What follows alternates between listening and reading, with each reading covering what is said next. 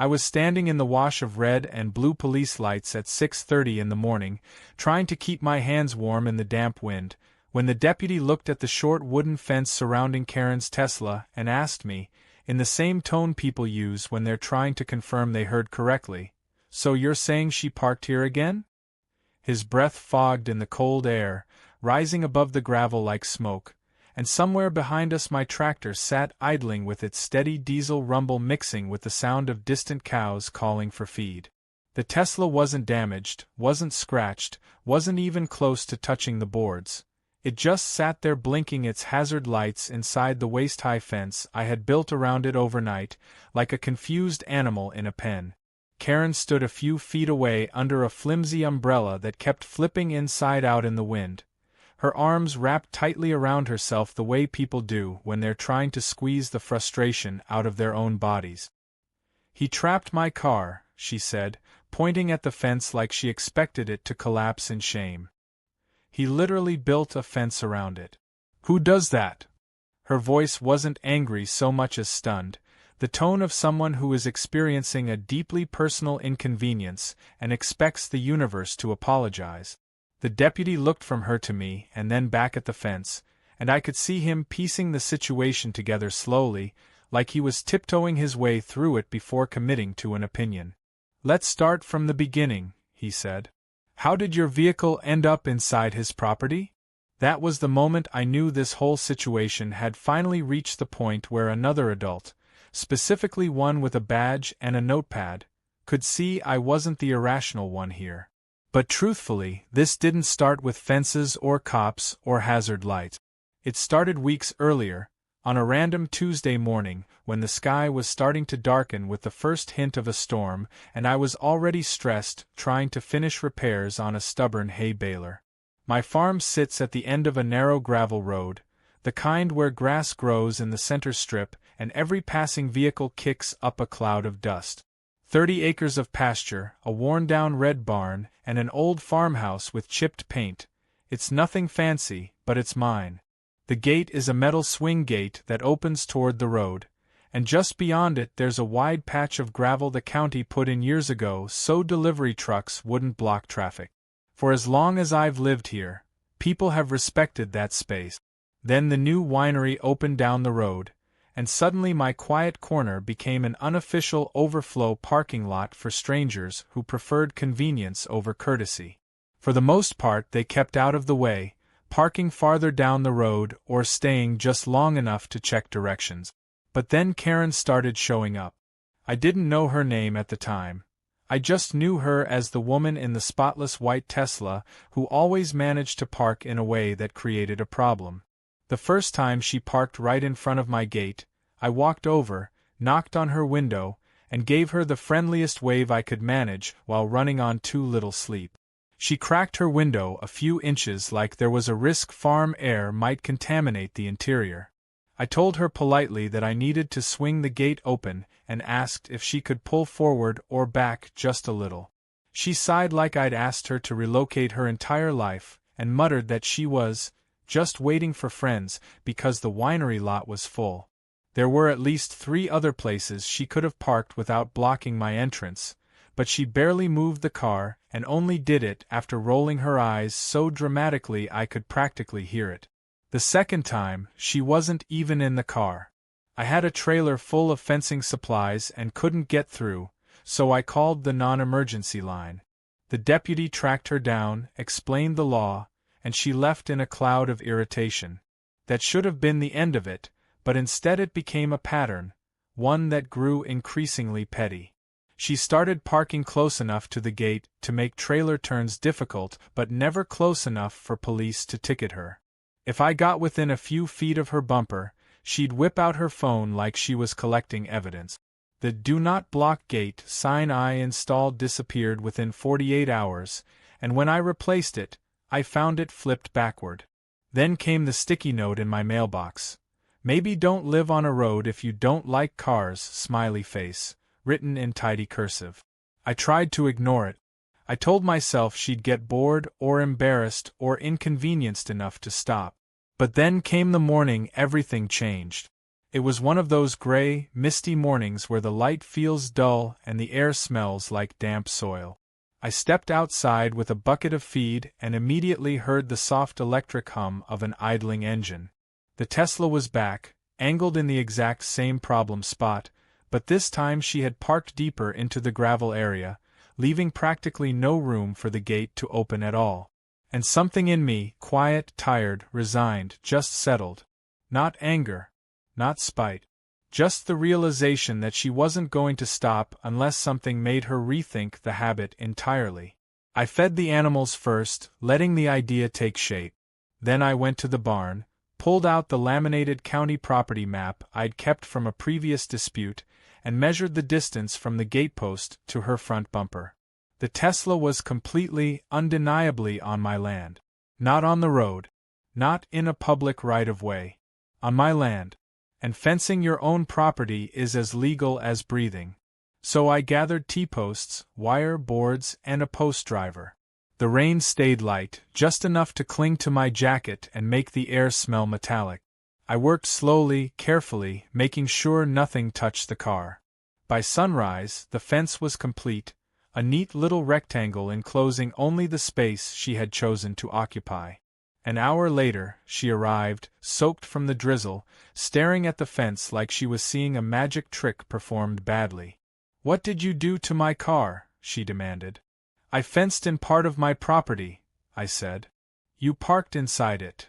She stared at me, then at the padlocked gate section, then back at me.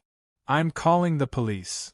And now, with the deputy looking between us and the cows lowing in the distance, I felt something I hadn't felt at any point during this whole ordeal. Relief, because finally someone else could see exactly how ridiculous this situation had become. The deputy took a slow breath, the kind people take when they're trying to figure out how much patience the situation requires, and then asked Karen to step closer so he could understand her version. She moved toward him with that stiff, offended posture she always had when things weren't aligning with her expectations, holding her umbrella sideways so the wind wouldn't flip it again, though it still managed to turn inside out with a loud snap that made her flinch. She didn't open with facts, she opened with tone. "I've been parking here for weeks," she said, brushing damp hair from her face.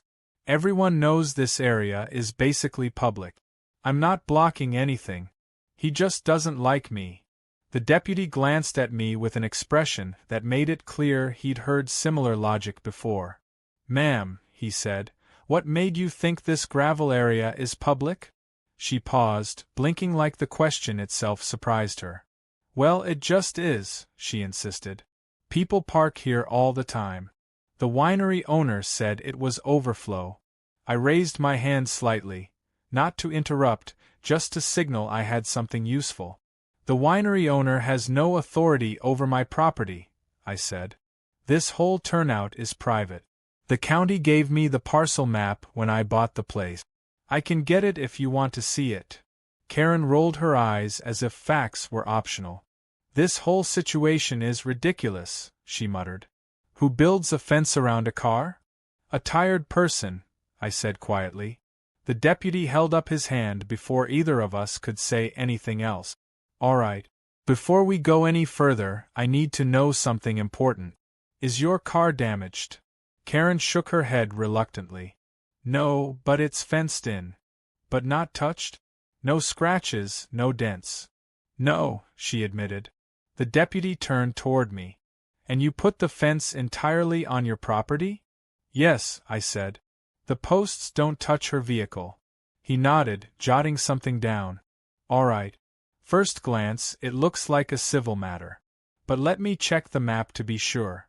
I felt a small wave of relief wash through me, not because I wanted Karen to get in trouble, but because we were finally grounding the conversation in something objective instead of her feelings. I walked to the farmhouse, boots crunching on the gravel, and grabbed the laminated property map from the drawer where I kept miscellaneous farm paperwork. When I came back, the deputy was leaning against his cruiser, listening to Karen explain how rural people don't understand modern vehicles, and how electric cars need space. He took the map from me and studied it against the glow of his flashlight, even though the morning light was starting to stabilize. "Ma'am," he said, looking up, "this entire space is his property, including where your car is parked. None of it is public." She stared at the map like she was searching for a loophole. "Well, maybe the map is wrong," she said. The deputy didn't laugh, but the corners of his eyes tightened a little. "Maps aren't wrong," he said. "You're parked on private land without permission. He chose to install a fence around his property. That's legal." She sputtered, "But he fenced in my car." "Your car was on his land," the deputy repeated, as if explaining the concept to someone not entirely fluent in common sense. "He didn't touch it. He didn't damage it. He fenced his own land." She looked at me like I had single-handedly upset the natural balance of the universe. "You can't expect me to check a map every time I park somewhere." "I expect you not to park in front of my gate," I said. "That's all I've ever expected." Her face tightened, and something flickered behind her expression. Maybe embarrassment, maybe stubbornness, maybe the realization that defending her behavior to someone in uniform wasn't as easy as dismissing me. The deputy cleared his throat and shifted his weight, signaling he was ready to wrap this up. "Here's what's going to happen," he said. "Sir, you're not required to remove your fence. Ma'am, you're going to need his cooperation to get your car out, because you can't legally drive across his property without permission." Karen's jaw dropped. "So he can just trap me here?" "Your vehicle isn't trapped," the deputy corrected. "It's just parked somewhere it shouldn't be. If he chooses to unlock the gate section, you can drive out. If he doesn't, you'll need to hire a tow service that can lift the vehicle vertically or dismantle the fence legally with his permission." She turned to me with an expression halfway between disbelief and desperation. "Can you unlock it?" "I have work today." "I can," I said. "But I need to know you won't park here again. Not in front of the gate, not on this turnout, not anywhere on my land. Ever." She didn't answer immediately. Her gaze dropped to the wet gravel, then lifted to the deputy, as if searching for backup. She got none. Finally, she let out a slow exhale. "Fine," she said. "I won't park here again."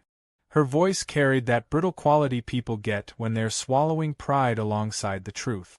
I walked to the fence, pulled the padlock key from my pocket, and unlatched the small corner gate I designed specifically for this purpose. "You can back out straight," I said. "Nothing will scrape." She got in carefully, shutting the door with more force than necessary. The Tesla reversed out with its usual near-silent hum, the tires hissing on the wet gravel. When she cleared the last board, she put the car in drive, rolled down the window halfway and said, "This was unnecessary, you know." "So was parking here," I replied. She didn't answer. She drove off faster than she needed to, spraying a small rooster tail of gravel behind her. The deputy watched her go, shaking his head just slightly. "You handled that better than most people would've," he said. "I get why you did it. And for what it's worth, your fence work is pretty clean." "Thanks," I said. "I wasn't trying to make a point. I was just tired." "Well, she got the message," he said. "If she calls us again, we'll have this report on file." When he left, the gravel road settled back into its usual quiet. The wind calmed. The cows lowed from the pasture like they were waiting for the rest of the morning to begin.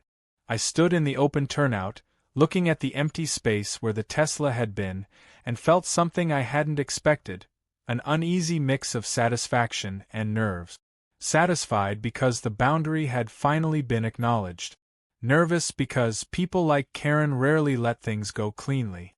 Her pride had been bruised, and bruised pride tends to look for somewhere to land.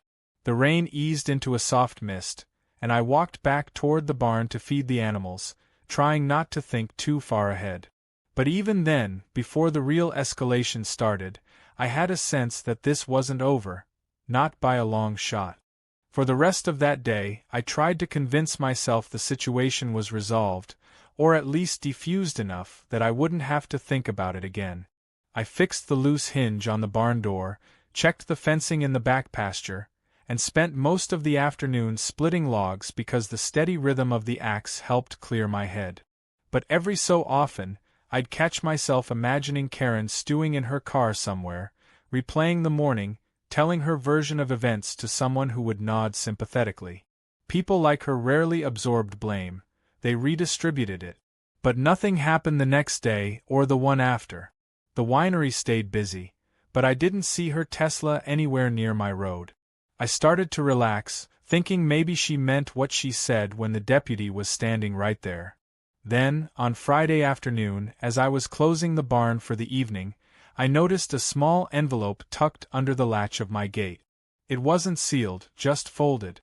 I opened it expecting another sarcastic note, maybe something about country manners, or property hoarding. Instead, it was a typed letter on surprisingly expensive paper, the kind people use when they're trying to appear professional. It read, "You are formally notified that your fence constitutes a safety hazard and may be subject to legal action pending review. Removing obstacles that impede free movement may be required by state law." No signature. No name. Just that vague, intimidating tone people use when they want something but don't want to ask directly. I stared at it for a moment, then shook my head and went inside. It didn't mention Karen, but it didn't need to. She had the kind of personality that believed official language made something true. The next morning, I drove into town for feed and stopped by the sheriff's office to ask if any formal complaints had been filed. The clerk checked. Nothing. I told her about the letter. She snorted. "People love trying to sound legal," she said. "If it doesn't have a name, treat it like junk mail." I took the advice, but my stomach nagged at me anyway. People who relied on intimidation usually escalated when intimidation didn't work. And sure enough, the real trouble arrived 2 days later. I was mending a section of fence along the property line when I heard footsteps crunching down the gravel road. When I looked up, I saw Karen approaching, not the annoyed, impatient version I'd seen before, but a strangely calm one, walking with the purposeful stride of someone rehearsing their lines. "We need to talk," she said, stopping just beyond my fence line. "About what?" I asked, wiping mud from my gloves. "About the way you handled that situation the other day." "Which situation?" I knew exactly which one, but I wanted to hear how she framed it. She took a steady breath, folding her hands in front of her like she was about to give a presentation. "Look," she said, "I know things got out of hand. I was frustrated, you were frustrated. But fencing in my car was inappropriate. You escalated something that could have been solved with a simple conversation." I leaned against the fence post. "I tried conversations," I said. "Multiple times." She gave a small, controlled smile, the kind that doesn't reach the eyes. "You misunderstand. Those weren't conversations. Those were you telling me what to do. There's a difference." I raised an eyebrow. "Asking someone not to block a gate isn't telling them what to do." She waved her hand dismissively. "That's not the point. The point is, the way you reacted made me feel unsafe. You built a trap around my car, a fence," I corrected, "on my land. And then you talked to the deputy like you were the reasonable one." I couldn't help it. I laughed, not loudly, just a baffled exhale. "You called the police because you parked illegally." She stiffened, as if the word illegally physically stung. "You're twisting things," she said. "I parked in a common area." "No," I replied. "You parked on private property." She took a step closer, lowering her voice. "I've spoken to some people," she said, with that vague tone again. "And they told me you've been difficult in the past. With neighbors." "I don't have neighbors," I said. "My closest one is 2 miles away." She blinked. "Well, maybe not neighbors but people in town. They said you're territorial." I almost laughed again, but it wasn't funny anymore. It was shifting. She was trying to reconstruct the narrative, turn herself into the victim and me into the antagonist. "Karen," I said slowly, "why are you here?" She hesitated, like she hadn't planned for me to be so direct. Because I'm offering you an opportunity to fix this before it becomes a problem, she said. If you remove the fence, I won't pursue anything. Pursue what? There's nothing to pursue. She exhaled sharply.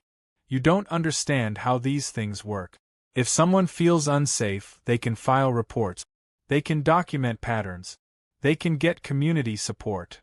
I stared at her, trying to decide if she genuinely believed what she was saying or if she was bluffing her way through some misguided strategy.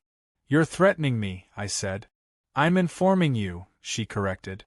If you refuse to cooperate, I can't control what happens next. I slipped my gloves back on. I'm not removing the fence, I said. And this conversation is over.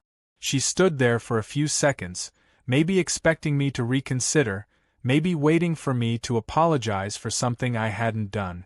When I didn't, she turned sharply and walked away, her boots crunching on the gravel like punctuation marks. I watched her go, feeling a mixture of disbelief and irritation. She wasn't angry anymore, she was strategic. And strategic people didn't give up. That evening, I got a voicemail from the winery owner, a soft-spoken guy named Mark who'd always been polite. His message was nervous. Hey, look, I don't want to get in the middle of anything, but someone came by today saying you were blocking access to public parking and creating a hazard. I told her the turnout wasn't ours, but she insisted she was going to bring it up at the next county meeting. Just giving you a heads up. County meeting. That phrase hit harder than her silly letter. Karen wasn't just complaining anymore, she was mobilizing. And people who mobilize often find someone willing to listen, especially when the target is a quiet farmer who keeps to himself. I walked outside, stood in the open turnout where she used to park, and tried to imagine the version of the story she'd pitched to a room full of people who didn't know me.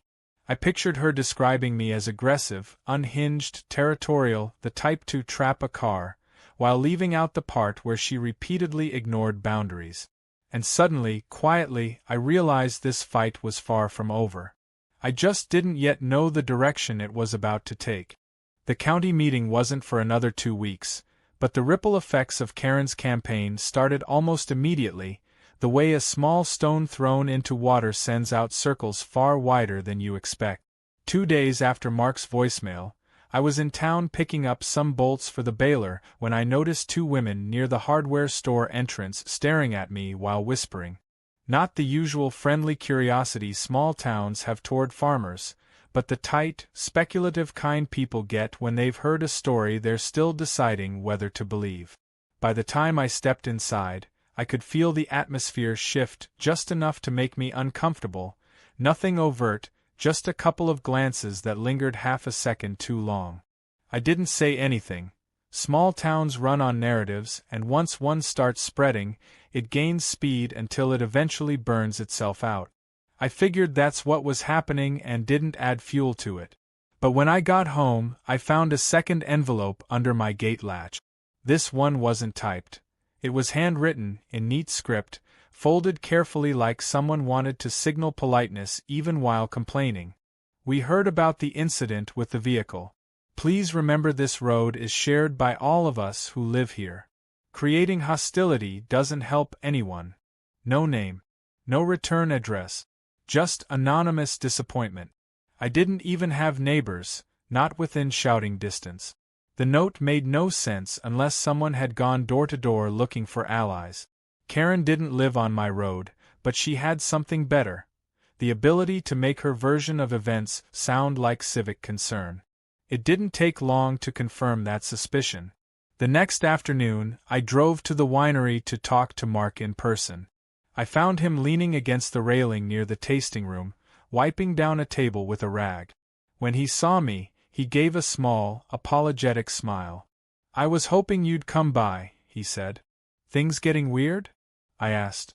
"A bit," he admitted. "She's persistent." He hesitated, glancing toward the parking area like he expected her to reappear. "She was here again yesterday. Told me she was gathering information on rural access rights." I rubbed my forehead. "Did she mention my name?" "Not directly," he said. "But she described you." The fence. The police visit. The whole thing. She said she was worried about safety issues for visitors. I couldn't help letting out a humorless laugh. Safety issues? She's the one blocking a farm gate. Mark looked uncomfortable, shifting his weight. I know, he said. But you know how people are. They hear something dramatic, and suddenly it's the only version that sticks. I nodded, not because I liked it, but because it was true. Before I left, he added, I don't think the county will take her seriously. They get complaints all the time about nonsense. But just be prepared. She seems determined. Determined was an understatement. Over the next week, the rumors grew legs.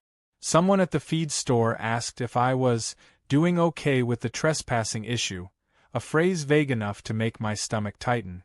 At the gas station, a man I barely knew asked if I'd gotten that aggressive fencing thing squared away. Every version I heard made me sound a little more unhinged. It wasn't malicious, just gossip mutating as it traveled. Still, it wore on me. The worst part wasn't the town's shifting perception. It was the silence on my road. Karen didn't come back. No Tesla. No confrontations. No sarcastic note. The quiet felt fragile, like the air just before hail hit. On the Friday before the county meeting, the storm finally arrived, not in the way I expected, but in the way she'd clearly planned. Late afternoon, as I was finishing a repair on the south pasture fence line, I heard the crunch of tires on gravel. When I walked back toward the house, I saw a silver SUV parked neatly in the turnout where Karen used to wedge her Tesla. Standing beside it was a man in a navy windbreaker holding a clipboard. The kind of man who introduced himself using his full name and job title. Afternoon, he said as I approached. You the property owner? I am, I said. Can I help you? He flipped a page on his clipboard. I'm with the county's Community Safety Liaison Office. We received a complaint about a potentially hazardous obstruction on your property. My stomach sank. The fence. Yes, he said. I'd like to take a look if that's all right. I gestured for him to follow. We walked toward the fenced rectangle, which still stood exactly as it had that morning after I cleaned up some loose wire. He examined it with a neutral expression, stepping around it, checking the distance between the boards and the ground, tapping one of the posts like he was testing structural integrity. After a minute, he scribbled something down. This isn't obstructing any public path, he said. And it's not unsafe. It's well built, actually. Thank you, I said. He gave a small shrug. We get a lot of complaints that turn out to be misunderstandings. His phrasing was diplomatic, but I could tell what he meant. Some people weaponized complaints. Can I ask what the complaint said? I asked. He paused. It claimed you intentionally blocked a vehicle in as retaliation during a personal dispute, potentially creating a safety risk. It also alleged the fence was intimidating to visitors. Intimidating? He looked at me with the faintest hint of embarrassment. The language wasn't mine. Was the complaint anonymous? I asked, already knowing the answer. Yes, he said. But anonymous complaints hold very little weight. Once I file my report, the case will be closed. There's nothing wrong here. Relief washed through me, more than I expected. But before I could thank him again, he added, however, there is one thing you should know. He lowered his voice slightly. The complainants said they intend to bring this up at the county meeting next week. They phrased it like a public safety issue. I exhaled slowly. Of course they did. He tucked his clipboard under his arm. It won't go anywhere, he said. The county won't debate a private fencing issue. But it may still come up. I appreciate the heads up, I said. He nodded and headed back to his SUV. I stood there for a long moment after he left, staring at the little fenced rectangle in the gravel. It wasn't even about the fence anymore. She wanted the narrative. She wanted to be the aggrieved party. She wanted to be heard. And she wasn't going to stop until someone listened. That evening, as the sun dipped behind the western trees and cast long shadows across the turnout, I sat on the porch steps and tried to sort through what to do. Removing the fence felt like a concession she didn't deserve. Leaving it up ensured the fight continued. I didn't like the idea of a conflict spilling into a public forum. But I also didn't like the idea of being pushed around by someone who refused to take responsibility for her own choices. And then, sometime around dusk, as crickets started chirping in the tall grass, an idea formed, not dramatic, not spiteful, just a quiet, stubborn decision. A line. A boundary. And for the first time since this whole mess began, I knew exactly what I was going to do at that county meeting. The county meeting fell on a Tuesday evening, one of those oddly warm nights where the air feels thick and restless, like it hasn't decided whether to rain or hold everything in. I arrived early, not because I wanted a good seat, but because I wanted a quiet moment to steady myself. The community center smelled like old carpet and coffee that had been sitting on a warmer too long, and a handful of people lingered near the entrance chatting in low voices. Most of them were regulars. Ranchers checking on zoning updates, retirees who came for the social aspect, the occasional business owner waiting for permit approvals. I'd only come to these meetings a few times in the years I'd lived here, usually when the county discussed road maintenance.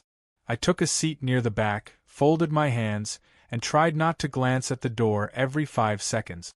But when she finally walked in, hair perfectly straightened, clean blazer despite the heat, carrying a folder like she was presenting at a corporate retreat, every conversation in the room paused just a beat. Not enough to be obvious, but enough to confirm what I already suspected. She had been talking to people. She spotted me almost immediately. Her eyes lingered in that way people look at a problem they're about to solve. Then she found a seat near the front, crossing her legs neatly, posture rigid with anticipation. When the meeting began, the usual agenda items went by quickly. Budget approvals, updates on county equipment purchases, confirmation that the East Roads washout repairs would begin next month. I kept waiting for my name, or worse, the phrase public safety concern, but nothing came. My shoulders had just begun to loosen when the county chair asked, "Does anyone have any new issues to bring before the board?" Karen's hand shot up like a student eager for extra credit. The chair recognized her. "Yes, ma'am." She stood, smoothing her blazer, and turned toward the room with a practiced expression, measured concern mixed with subtle distress. "I'm here because I've witnessed an emerging safety issue in our rural community," she began, projecting her voice with the confidence of someone accustomed to being listened to. "Specifically involving private landowners obstructing access to shared road areas and creating potentially dangerous situations for visitors." I closed my eyes for a second, not because I was surprised, but because hearing her package everything into that polished sentence made my stomach clench. "Over the past month," she continued, "I've noticed an individual repeatedly blocking what many community members have reasonably understood to be an informal public turnout area. Recently, this escalated when a vehicle, mine, was deliberately enclosed with a fence, restricting movement for hours." A few people in the room murmured, confused.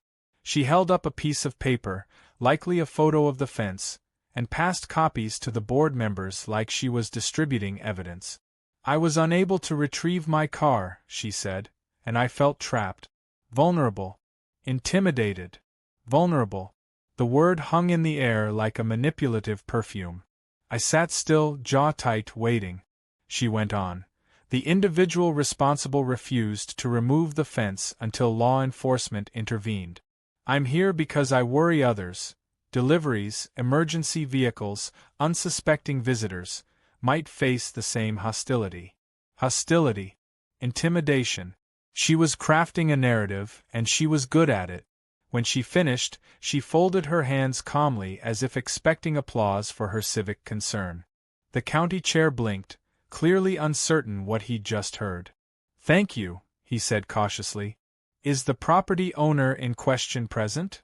Every head turned toward me. I stood slowly, not because I wanted to but because sitting would have felt like conceding. The chair gestured for me to approach the front.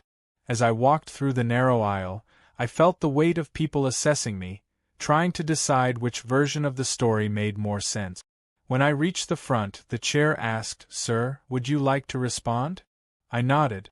"Yes," I said, keeping my voice steady. "I think some context is missing." I turned first to the board, then to the room, making sure I didn't sound defensive, just factual. That turnout isn't public. It isn't shared.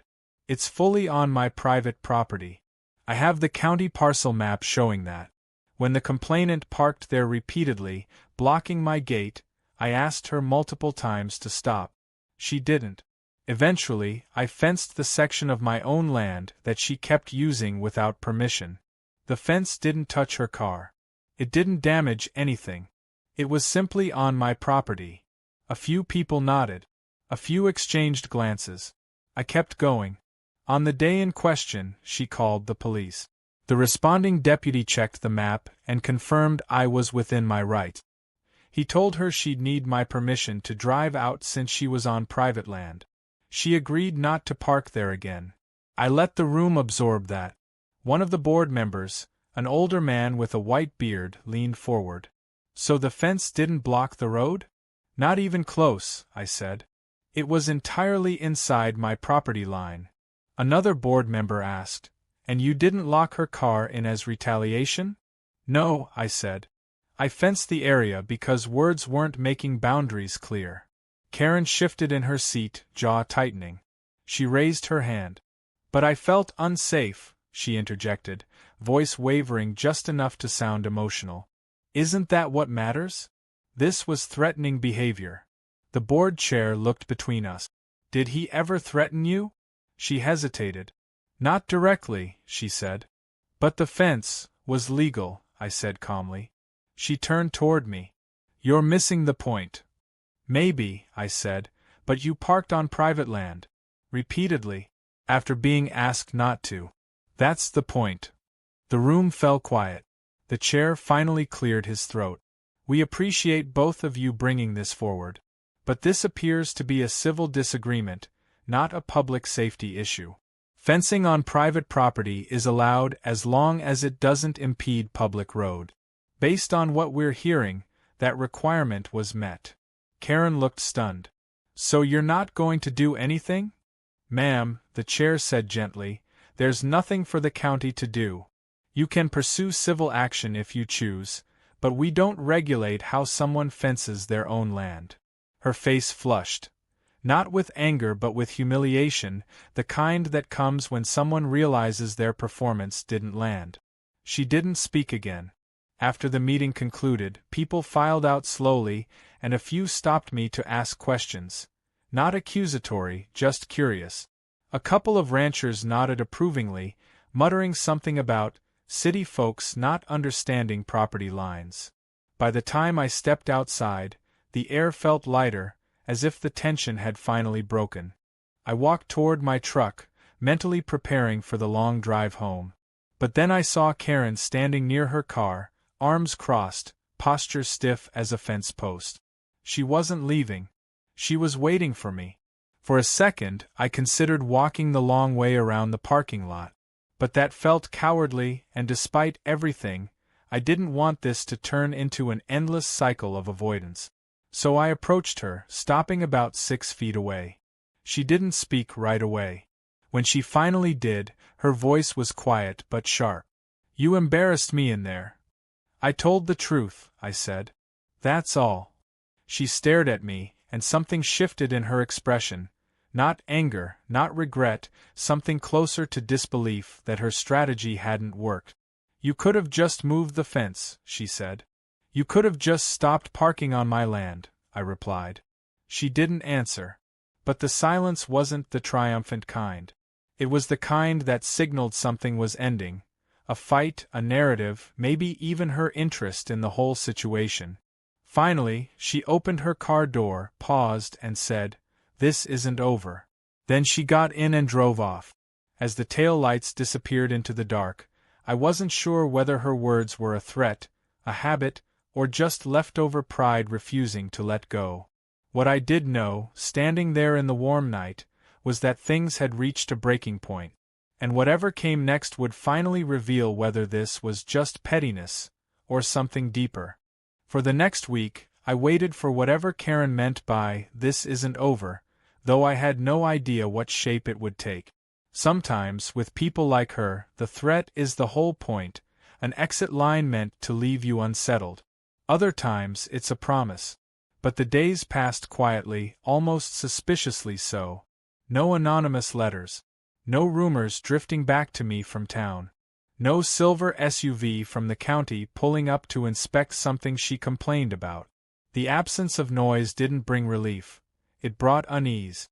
I kept working around the farm, patching fence lines, checking the tractor's hydraulic lines, repairing a loose gutter on the barn. Every mundane task felt slightly heavier, like I was waiting for a storm that couldn't decide when to break. Then, on Thursday evening, as the sun was sinking behind the distant ridge and the cows were milling near the trough waiting for their last feed, I heard tires on gravel. Slow, measured, deliberate. I stepped out of the barn and wiped my hands on my jeans. A dark blue sedan, a rental by the look of it, was parked in the turnout.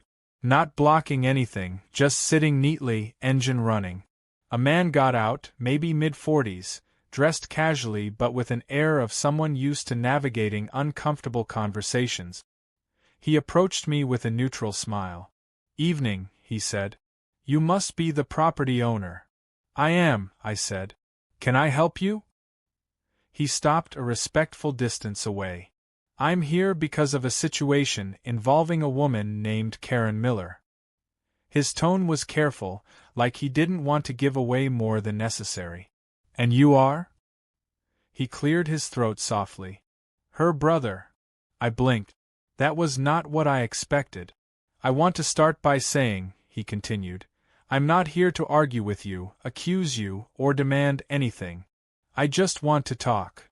That alone made him feel like a completely different species from his sister. "All right," I said. "Let's talk." He nodded once, as if relieved I hadn't shut the door on the conversation. "She told me what happened," he said. "Or her version of it. I've learned over the years to fact-check before getting involved." I appreciated the honesty. He glanced around, the barn, the pasture, the fence line, the neat rectangle still standing in the gravel like a quiet monument to boundary issues. "I take it that's the fence?" "That's it," I said. "Still hasn't touched anything it wasn't supposed to." He gave a faint smile. "She described it like something out of a hostage negotiation." "It's not even 4 feet tall," I said. He nodded again, sighing. "Look, my sister, she has a tendency to create conflict when she feels ignored or disrespected. She doesn't always see how her actions affect other people. And when she feels embarrassed, she pushes back twice as hard." I didn't say anything. I didn't need to. "I drove down here," he continued, "because after that meeting, she called me in tears. Not because she felt wronged, but because she felt humiliated. And when she gets humiliated, she can make destructive decisions. I've seen it happen." "What kind of decisions?" I asked cautiously. He took a moment before answering. "Legal threats, public accusations, social media campaigns, things that get messy fast and don't help anyone." I could imagine it all too easily. "I'm not here to defend her," he added quickly. "I'm here because I'd like to find a way to keep this from escalating further." His sincerity felt real, unpolished, nothing like Karen's performative concern. "I'm not looking for a fight," I said. "Never was. I just didn't want my gate blocked." "I know," he said. "And honestly, I told her she was wrong. I told her she had no business parking here. But telling her something is one thing, getting her to accept it is another." He rubbed the back of his neck. "This isn't about the fence anymore. It's about her pride." That much was obvious. We stood there for a moment, the only sounds the distant lowing of cattle and the faint ticking of his cooling engine. Finally, he said, "I can get her to drop this. All of it. No more complaints, no more gossip, no county meetings, no letters, nothing. But I need something from you, too. I felt my shoulders tense. What? Take the fence down, he said gently. Not because you did anything wrong. You didn't. But because leaving it up keeps the story alive in her mind. It keeps the wound open. I looked at the fence, my line in the sand, my quiet boundary that started all this. If I take it down, I said slowly, will she really stop? Yes, he said without hesitation. Because I'll make sure of it. She listens to me more than she'll ever admit. And truthfully, she's already embarrassed enough. She wants it to go away, even if she won't say that out loud. I studied his face. There was no angle, no manipulation. Just a tired man trying to keep his sister from imploding her life. All right, I said finally. I'll take it down. His shoulders dropped with relief. Thank you. Truly. The next morning, as the sun rose over the pasture, I walked out with my tools and dismantled the fence piece by piece. The boards came up easily, the wire rolled smoothly, the T-posts lifted with that familiar metal groan. I stacked everything neatly by the barn, and when I stepped back, the gravel turnout looked the way it had before all this started, unremarkable, ordinary, empty. It felt strange. Not like defeat, but like closing a chapter. Around noon, Karen's brother returned, same rental car, same quiet demeanor. He stepped out, looked at the clear turnout, and nodded. I appreciate this more than you know, he said. I'll talk to her. It's over. Good, I said. That's all I wanted. He hesitated a moment. For what it's worth, he said, you handled this better than most people would've. After he left, the road settled back into its familiar silence. No cars. No notes. No phone calls. Days passed. Then a week. Then 2. One afternoon, I drove into town, half wondering if someone would bring up the fence saga again. No one did. Whatever rumor had been spreading had either faded or been replaced by a newer one. That's how small towns work. A month later, while I was hauling hay bales across the pasture, I saw a white Tesla drive past. Not stopping, not slowing, just continuing down the road. Karen didn't look toward my gate. She kept her eyes straight ahead, posture stiff, hands at 10 and 2. I didn't wave, and she didn't either. It wasn't hostility. It wasn't resentment. It was something closer to acknowledgement, a quiet acceptance that we'd reached the limit of whatever this conflict had been. The line had been drawn, crossed, redrawn, argued over, and finally put to rest. That evening, as the sun set behind the hills and the barn cats prowled along the fence rail, I sat on the porch and let the quiet finally settle in. This wasn't revenge. It wasn't victory. It wasn't even triumph. It was closure, the grounded, unglamorous kind real life gives you. The kind without applause, without cinematic payoff, without dramatic last lines. Just the simple knowledge that a boundary, once fought over, had finally been understood. And maybe that was enough.